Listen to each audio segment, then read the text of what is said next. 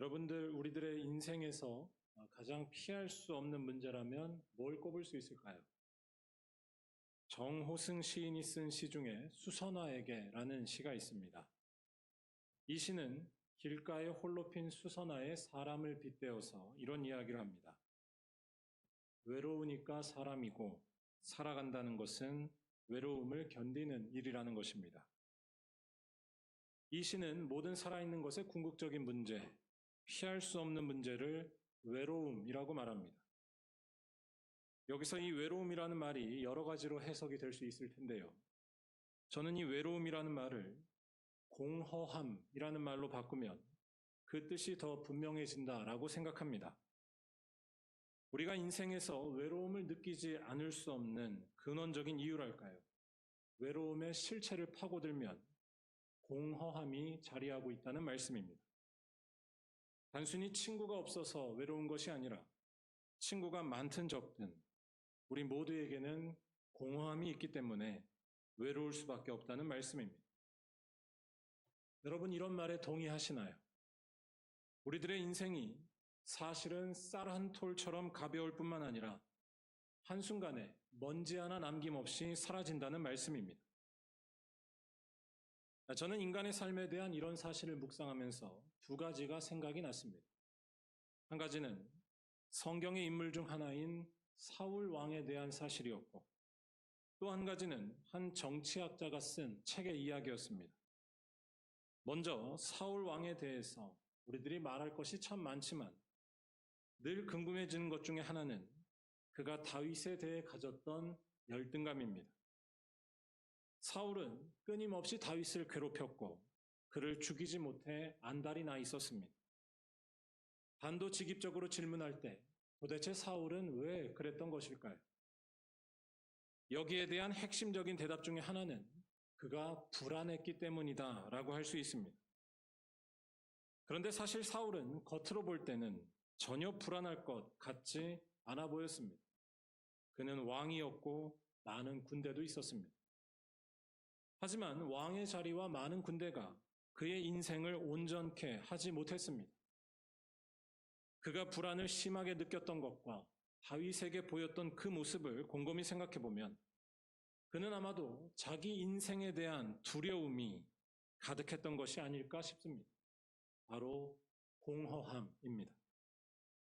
그 높은 자리가 영원하지 않다는 사실에 대한 두려움과 거기에서 밀려오는 공허함, 자기보다 뛰어난 다윗이 나타난 것에 대한 두려움과 잊혀질 것이라는 사실에 대한 공허함, 아니 하나님께서 자신에게 눈을 돌리신 것 같은 두려움과 거기에서 오는 무시무시한 공허함, 이걸 느꼈기 때문에 그렇게 신경질적인 모습이 됐던 것이 아닐까요? 그 공허함을 견딜 수가 없어서 온몸을 자극하는 악령의 유혹에, 즉 누군가를 파괴하면서 자기를 빛내고 지키려는 모습이 됐던 것이 아닐까요? 또 한 가지 생각난 한 정치학자의 이야기는 일본 도쿄대 교수였던 강상중 교수라는 분이 하신 말씀입니다. 이분은 제1동포로서는 최초로 도쿄대 정교수가 되시고 지금은 은퇴를 하셨는데요. 이분이 쓰신 책 중에 악의 시대를 건너는 힘이라는 책이 있습니다. 이 책은 사회에서 일어나는 여러 가지 문제들을 정치학자의 눈으로 비평 해석을 한 책입니다.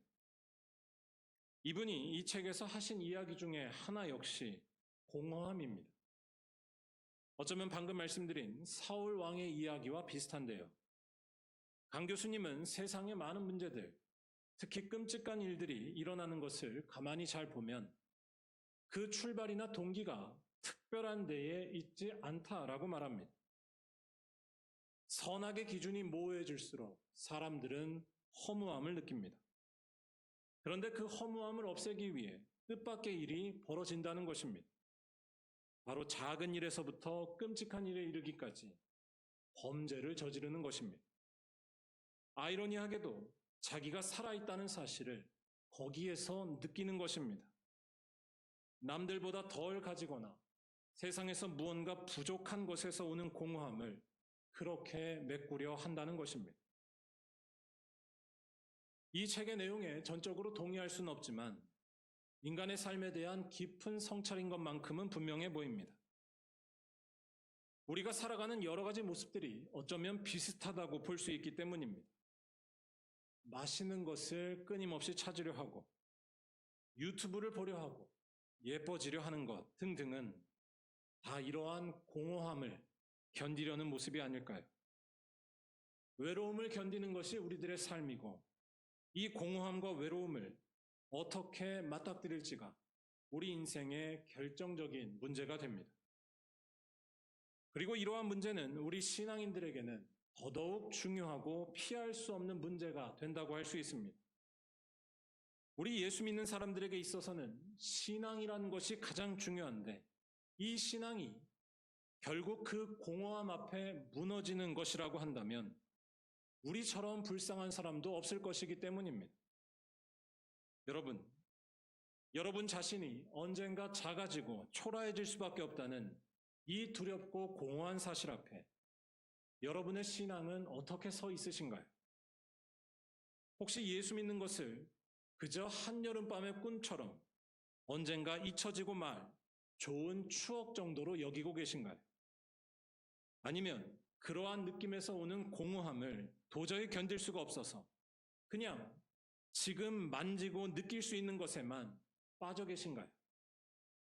아니면 성경이 보여주고 있는 비밀스러운 세계에 압도되어서 두렵지만 위로할 수 있으며 모든 것이 사라지는 것 같지만 불안하지 않은 영의 사람이 되고 계신가요?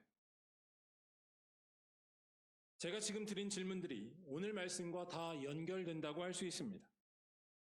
오늘 말씀은 데살로니가 교인들이 맞닥뜨렸던 실제적인 문제를 배경으로 합니다. 바로 예수께서 재림하실 때 그 전에 이미 죽은 자들은 어떻게 되는지에 대해 근심하며 혼란스러워했었던 당시 교인들의 상황입니다. 데살로니가 전후서는 신약 성경에서 가장 먼저 기록된 것으로 알려져 있습니다. 그러니까 초기 기독교인들의 모습을 이 책을 통해 알 수 있습니다. 당시 기독교인들에게 가장 중요한 문제는 예수께서 다시 오신다고 하신 약속이었습니다. 이른바 재림에 대한 소망이 믿음의 뿌리이자 기준이었습니다. 오늘 말씀 16절과 17절에서도 예수께서 재림하실 때에 대한 말씀이 나오고 있는데 놀라운 광경을 묘사합니다. 주께서 호령과 천사장의 소리와 하나님의 나팔 소리로 친히 하늘로부터 강림하실 것이고 또한 믿는 자들은 구름 속으로 끌어올려 공중에서 주를 영접하게 된다는 것입니다. 여러분, 이런 말씀이 어떻게 들리시나요? 이런 말씀에 대해 많은 경우 보이는 반응은 두 가지인데 한 경우는 이 말씀을 문자 그대로 있는 그대로 믿는 것이고 또 한 경우는 똑같이 문자 그대로 이해하지만 그렇기 때문에 이것은 믿을 수가 없고 그래서 무시한다는 것입니다. 일단 이 말씀을 문자 그대로 믿는 것에 대해 그 마음이나 순수한 열정을 무시할 수는 없지만 그럴 경우에 참 복잡해집니다. 쉽게 말해서 주님께서는 어디에 있는 어떤 구름으로 오시는 것일까요? 구름은 있다가도 없어지는 것인데 그런 구름으로 주님께서 오신다는 것일까요? 또한 그때 우리들이 끌어올려 간다라고 했는데 그러면 우리들은 다 공중부양한다는 이야기일까요? 성경이 말하는 것을 과학적인 내용으로 보게 되면 오히려 성경을 모르게 되고 오해하기 쉽습니다. 성경이 말하려는 근본적인 내용을 놓치는 것이고 성경을 그저 우리가 이해할 수 있는 범주 안에 받아들이고 말게 됩니다. 그리고 똑같은 이유로 어떤 사람들은 아예 성경을 무시하곤 합니다. 구름에서 오신다는 것이나 공중으로 올려간다는 것은 말이 안 되기 때문에 무시하는 것입니다. 주로 공부 많이 한 똑똑한 분들이 그러는데 성경을 일종의 교양서적 정도로 냉소적으로 여기는 것입니다. 성경을 읽을 때 중요한 것은 똑똑하게 볼 줄 아는 것도 아니고 아무런 생각 없이 무조건 믿는 것도 아닙니다. 우리는 내 생각에 들어가면 안 됩니다. 내 생각이 아니라 성경이 말하려는 바에 들어가야 합니다. 일단 오늘 말씀의 상황으로 조금 더 들어가 보면 데살로니가 교인들은 이때 큰 슬픔에 빠져 있었습니다. 13절 말씀에 슬퍼하지 않게 하려 함이라 라는 말이 그 사실을 알려줍니다. 이들이 큰 슬픔에 빠진 이유는 자는 자들 때문에, 즉 지금 살아있는 성도들보다 먼저 죽은 자들 때문이었습니다. 먼저 죽은 자들 때문에 슬퍼하는 이 모습이 우리들에게는 좀 이해가 안 될 수도 있습니다. 하지만 이 당시 초대교회 성도들에게 이것은 큰 슬픔, 아니 당황스러운 문제 같은 것이었습니다. 왜냐하면 당시 예수 믿는 사람들은 예수께서 다시 오실 것을 다 보게 될 것이라고 믿었기 때문입니다. 마태복음 16장 28절에서 예수께서는 이런 말씀을 하셨습니다. 진실로 너희에게 이르노니 여기 서 있는 사람 중에 죽기 전에 인자가 그 왕권을 가지고 오는 것을 볼 자들도 있느니라. 아멘. 초기 기독교는 예수께서 다시 오신다는 이 말에 자신들의 운명을 걸었었습니다. 예수께서 부활하셔서 하나님의 생명을 나타내셨는데 그 놀라운 생명을 완성할 날이 온다는 것 때문에 그들은 힘든 세상을 견딜 수 있었고 믿음을 지켜갈 수 있었습니다. 재림에 대한 소망으로 버텨왔던 것입니다. 그런데 이 모든 소망이 무너지는 것 같은 당황스러운 일이 일어났는데 그게 바로 오늘 말씀이 말하는 자는 자들, 재림 이전에 죽은 자들의 문제였습니다. 먼저 죽은 자들은 일종의 실패한 삶이 아닌가 하는 생각이 드는 것이었습니다. 죽음이 모든 것의 끝으로만 보였기 때문입니다. 뭐라고 할까요? 예수께서 재림하실 그때까지 있어야 그동안 버텨온 것이 헛되지가 않을 텐데 죽고 만 것입니다.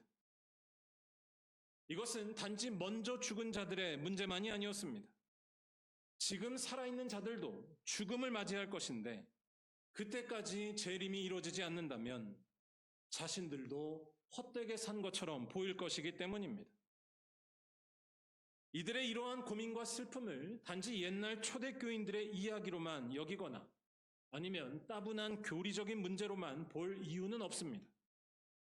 데살로니가 교인들의 이러한 고민은 우리들에게도 중요한 질문을 던집니다. 여러분은 어떠신가요? 여러분은 언젠가 찾아올 죽음 앞에 데살로니가 교인들이 가졌던 그 당황스러움이 없으신가요? 정확히 말할 때 우리가 열심히 살아온 것, 그것도 믿음을 지키며 살아온 것이 죽음이라는 거대한 힘 앞에 부서지는 것처럼 느껴지지는 않으시나요? 아니, 죽음이 와도 헛되지 않다라는 것을 알기는 알겠는데 사실은 공허함이 더 크지 않으신가요? 그래서 결국 교회에서 하는 것도 오직 지금을 위한 일이고 단지 현재만이 중요하다는 식으로 살지는 않으시나요? 모르는 것에 대해서는 생각하지 않겠다는 것이고 편하게 살자는 것입니다. 다시 말하자면 죽음 이후에 대한 문제는 곧 현재의 삶과 연결될 수밖에 없습니다. 어차피 헛되게 끝날 것이라는 결론이라면 굳이 믿음을 가질 이유도 없고 그냥 즐겁게 사는 것만이 좋을 것이기 때문입니다. 이런 생각을 극단적으로 밀고 나간 것이 초대교회를 어지럽혔던 이단들, 방종하기를 좋아하는 사람들이었습니다. 그들은 일상을 무시했으며 그냥 하고 싶은 대로 살라라고 말했습니다. 아무튼 이런 상황 속에서 바울은 데살로니가 교인들에게 편지를 썼습니다. 그는 일단 죽은 자들에 대해 자는 자들이라고 표현합니다. 죽음에 대해 잔다라고 표현한 것을 우리가 잘 기억해야 하는데요. 바울은 13절에서 교인들에게 슬퍼하지 말라라고 말합니다. 죽은 자들을 보고 실망하지 말라는 것입니다. 그러면서 14절에서부터 그는 한 가지의 일관된 이야기를, 아니 어쩌면 생각지도 못한 이야기를 하기 시작합니다. 바로 예수 안에 있는 자들은 자는 자든 깨어있는 자든 상관없이 주님께서 다시 오시는 날 영광스럽게 변화한다는 것입니다. 14절 말씀을 우리 다 함께 한번 읽어보겠습니다. 우리가 예수께서 죽으셨다가 다시 살아나심을 믿을진대 이와 같이 예수 안에서 자는 자들도 하나님이 그와 함께 데리고 오시리라. 아멘. 일단 이 말씀은 우리들의 생명에 대해 여러 가지로 생각하게 합니다. 바울이 했던 중요한 말, 자는 자들이라는 말을 한번 잘 묵상해 보시면 좋겠습니다. 바울은 왜 죽은 자들에 대해 자는 자라고 불렀을까요? 성경을 냉소적으로 대하는 소위 똑똑한 사람들은 이 말을 그냥 멋있게 보이려고 한 말, 그냥 위로해 주기 위해 한 예의상의 인사말 같은 것이라고 넘길지 모릅니다.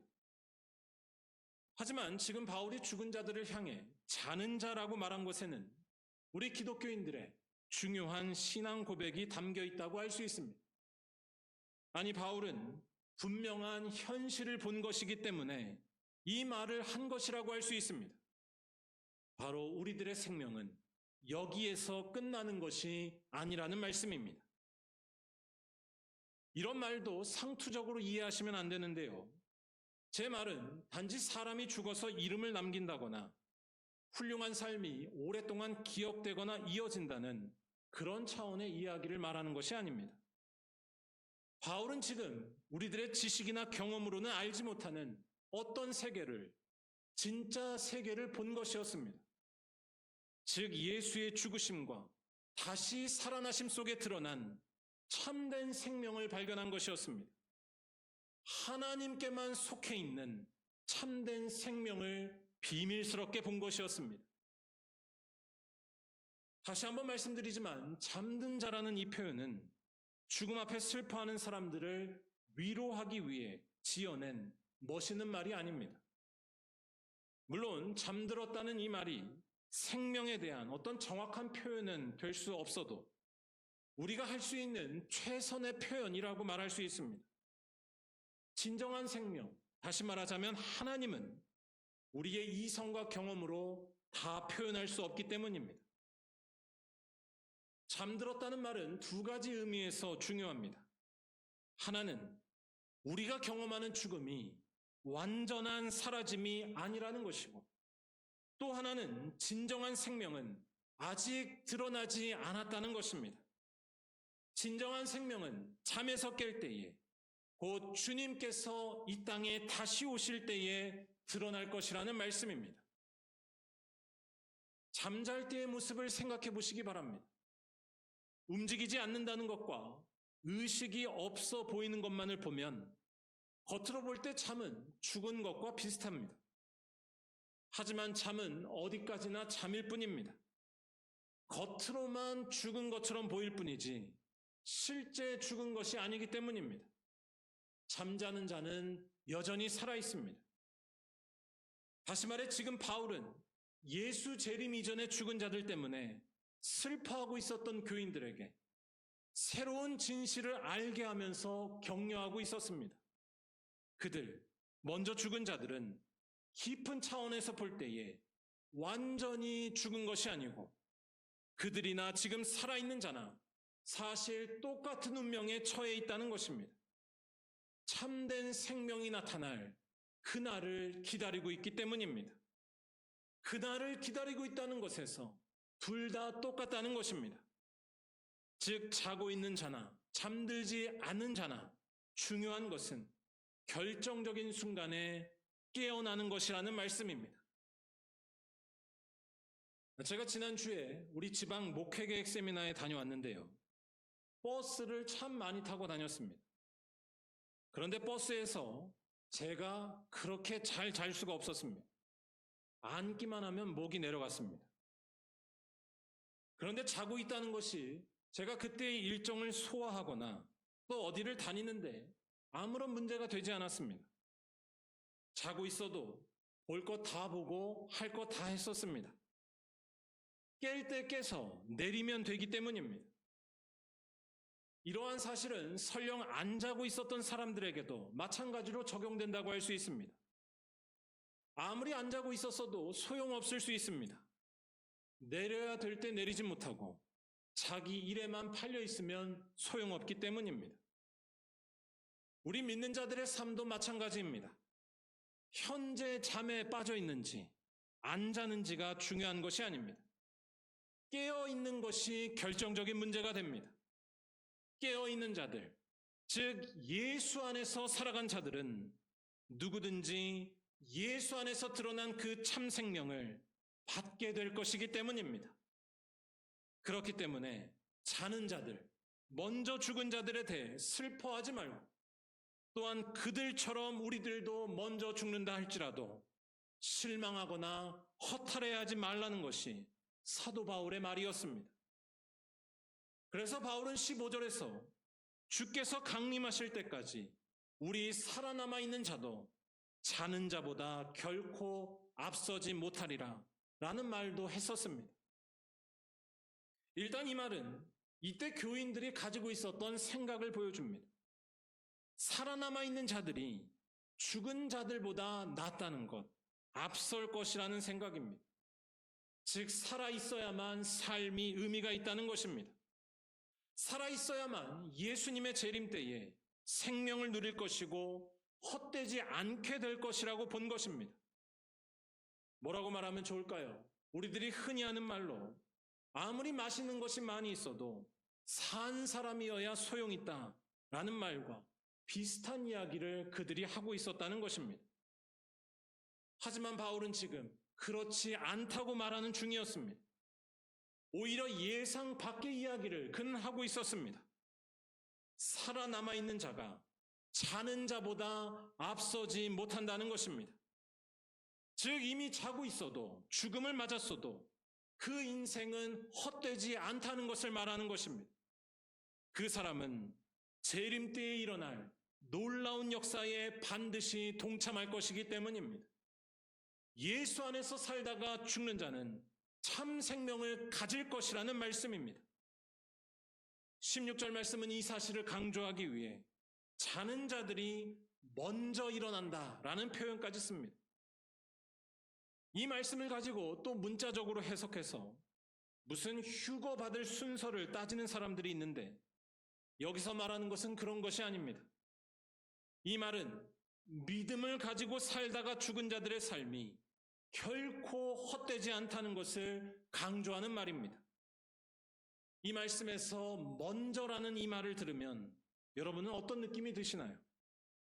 저는 이 먼저라는 말을 읽을 때에 대단히 따뜻하고 위로받는 느낌이 들었습니다. 예수 안에서 살다가 죽은 자, 없어진 것 같은 그 사람을 주님께서 결코 잊지 않으셨다고 할까요? 온갖 어려움 속에 거둔 것이 없는 것처럼 그렇게 끝나는 것처럼 보이는 인생일지라도 예수 안에서 잠든 자들은 망하지 않는다는 것입니다.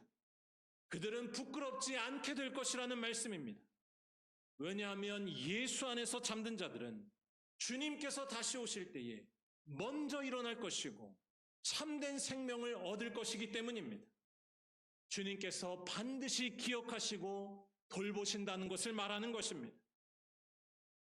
그렇다면 바울이 지금 말하고 있는 그 참된 생명, 주님께서 다시 오실 때 맞게 될 그 생명은 도대체 어떤 것일까요? 바울은 이때 누리게 될 생명에 대해 아주 놀라운 표현으로, 아니 꿰뚫어 보면서 설명하고 있습니다. 17절을 잘 보시기 바랍니다. 구름 속으로 끌어올려 간다라는 이 말은 과학적인 설명이 아닙니다.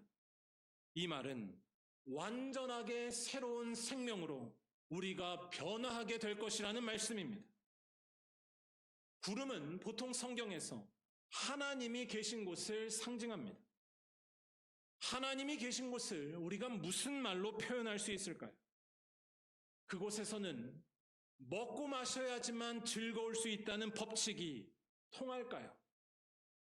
젊어야지만 매력 있다는 그 생각이 거기에서도 통할까요?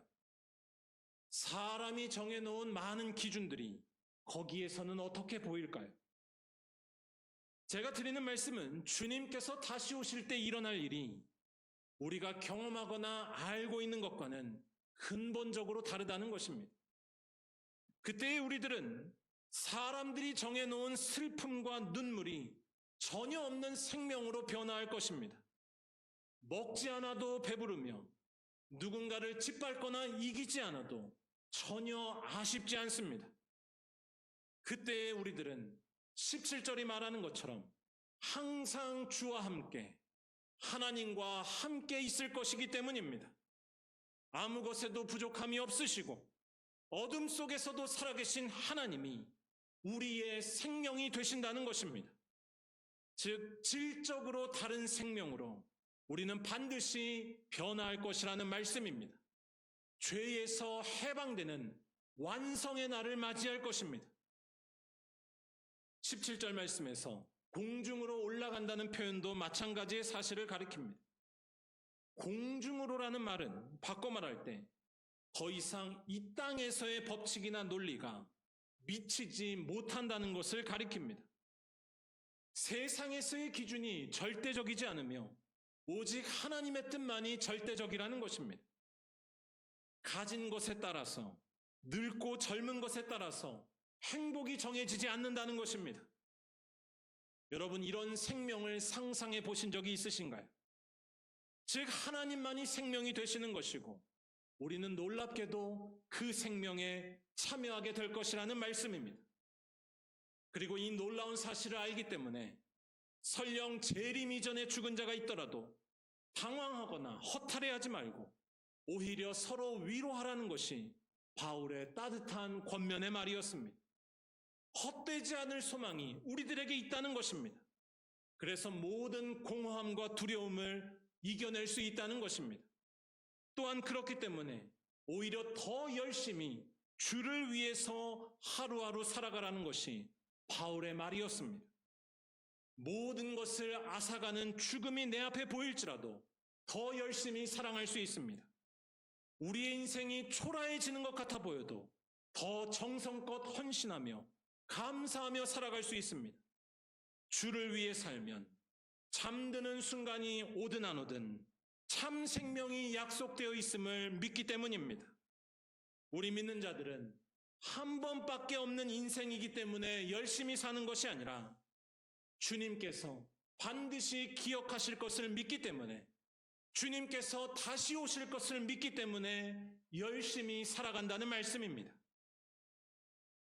사랑하는 여러분, 살아간다는 것은 외로움을 견디는 일이고 공허함과 맞서 싸워야 하는 험난한 일이지만 절대로 용기를 잃지 마시고 우리 주 예수 그리스도의 다시 오심을 온전히 바라보시기 바랍니다.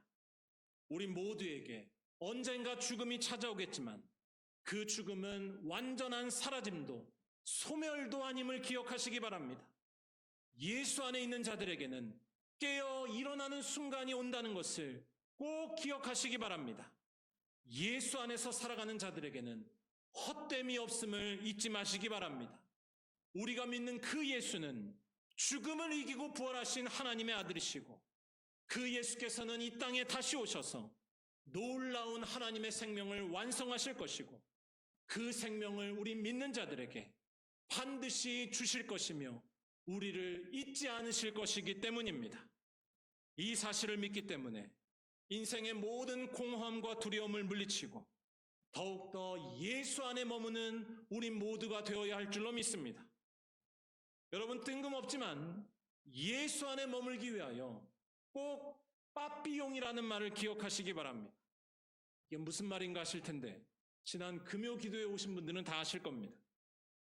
제가 이번에 지방 목회계획 세미나에서 어떤 목사님을 통해서 들은 말인데요. 여러분 한번 운을 띄워주시기 바랍니다. 빠지지 말고 나와 예배하고 기도하면서 오직 예수 안에 머무릅시다. 삐지지 말고 서운해하지도 말고 오직 주님 안에서 참된 감사와 만족을 찾읍시다. 용서하고 사랑하며 섬기는 가운데 오직 예수께서 우리 안에 역사하도록 합시다. 이렇게 빠삐용으로 살아가는 모든 자들은 설령 주님께서 다시 오시기 전 잠이 들더라도 결코 헛되지 않은 삶이 될 줄로 믿습니다. 그는 예수 안에 거하는 자이기 때문입니다. 또한 이 놀라운 약속과 믿음이 있기 때문에 감사로 충만한 우리가 되기를 간절히 바랍니다. 생명이신 예수께서 우리를 여기까지 인도하셨고 또한 앞으로도 그는 다시 오셔서 우리를 기억하실 것이고 우리의 인생을 헛되지 않게 하실 것을 우리는 분명히 믿기 때문입니다. 이 믿음으로 돌아오는 추수감사주일, 앞을 봐도 감사, 뒤를 봐도 감사, 모든 것이 사라지는 것 같아도 감사가 터져나오는 영의 사람이 되시기를 간절히 바랍니다. 바라기는 이러한 믿음으로 아무리 죽음이 와도 절대로 헛되지 않을 그 놀라운 삶을 향해 달려가시는 말리언교회 모든 거룩한 성도들이 다 되시기를 주님의 이름으로 간절히 축원합니다. 기도하겠습니다.